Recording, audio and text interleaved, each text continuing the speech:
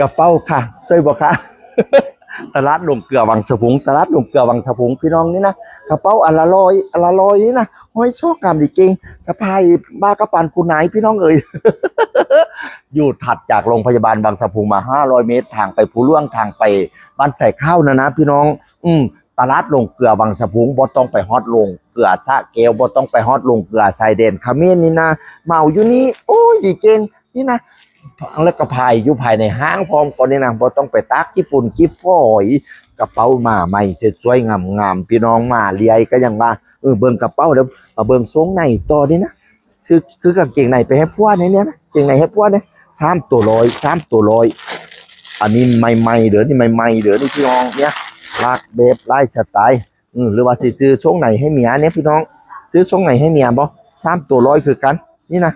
ทุ่งมือก็มียามหนาวนะพี่น้องอันนี้แพ็คละ100แพ็คละ100ยกแพ็คเลยคู่ละ10 บาทรองเท้าก็มีนะรองเท้าก็มีงามจริงโอ้ยมีแต่ราคาทึกๆพี่น้องที่ตลาดลงเกียร์บางสะพุงคือคุณนายบ่ตลาดลงเกียร์บางสะพุงที่มาเด้อเบิ่งกระเป๋าแล้วสิพาไปเบิ่งเกือบต่อพี่น้องมุมรองเท้ามุมเกือบเห็นงานกระหมีเกือบขัดสู่เกือบส้นยองเกือบโป๊กเกือบกีฬามีเบิดพี่น้องเอ๋ยคู่ละ100โอ้ยดูดีมากเลยนี่นะพี่น้องเอ๋ยเนี่ย100 บาทจังเบิ่งดีก็รอในเกือบนั่งเกือบเห็นงานนะโอ้ยไล่แบบไล่สไตล์เด้อพี่น้องเด้อคุณนะเกือบอันนี้เขาเอิ้นมาเกือบยังถือจังเกือบนักร้องนี่เนาะบ่มีครูใหญ่กว่านี้ติไล่หลอกก็เกือบก็ไล่หลอกก็สิหาไปเบิ่งอีกหลอกหนึ่งพี่น้องโอ้ยกูละ100พี่น้องโอ้ยก็ยักตีนน้อยๆเบิ่งเด้เนาะโอ้ยก็สิตัดตีนออกจากเครื่องไปนั่งเหือมันมางามคักแค่นี้นะ100 เดียวพี่น้อง100 เดียวมาเบิ่งเด้อพี่น้องเนี่ยนะโอ้ยเนี่ยเกือบกูละ100โอ้ยจะได้แบบกูน้อยตีนก็น่ะตีนใหญ่กูนะเกือบขัดซอกขัดสูเกือบกีฬาใส่เลนใส่ออกกำลังกายเกือบสนยองไม่ยิงกูนะกูละร้อยพี่น้องโอ้ยงามเก่งรองเท้ากีฬาก็มีหลายยี่ห้อหลายบริษัทมีแต่แบรนด์เนมพี่น้องกูนะห้องเด็กน้อยห้องผู้ใหญ่เนี่ยเกือบลูกเนี่ยกูละร้อยพี่น้องดีเก่งกูนะบ่ต้องห้าไปซื้อคูละ400 500เนี่ยมาตลาดลงเกียร์บางสะพุงเนี่ยกูนะเกือบ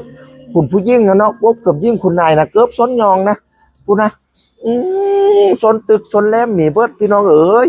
โอ้ยงามให้โพดผูกบักหมูบักเตียงบักตูนสุดยอดมีลูกให้บอกลานมีลายหลอกโอ้คนเบิ่งเกือบอยู่ในประมาณ5-6 หลอกพี่น้องอีกหลอกหนึ่งผลลายเราค่อยยันไปทายกวนเพลินค่อยเกิดมาหลอกที่มันผลบางๆนี่นะกูนะรองเท้ากีฬาก็หลากสีนะพี่น้องเนี่ยนะหลากสีมากเลยโอ้โหโอ้ยผมอยากได้เกือบคดส้นยองสักคู่จังมีเกือบส้นยองให้ผมไหมผมจะไปประกวดนางงามเพราะเป็นเพทีนางงามบ่อยผมเห็นนางงามใส่เกือบส้นยองผมก็อยากใส่นำคู่ละ100ว่าเป็นเต่าเก้งพี่น้องมุมนี้ที่เป็นกางเ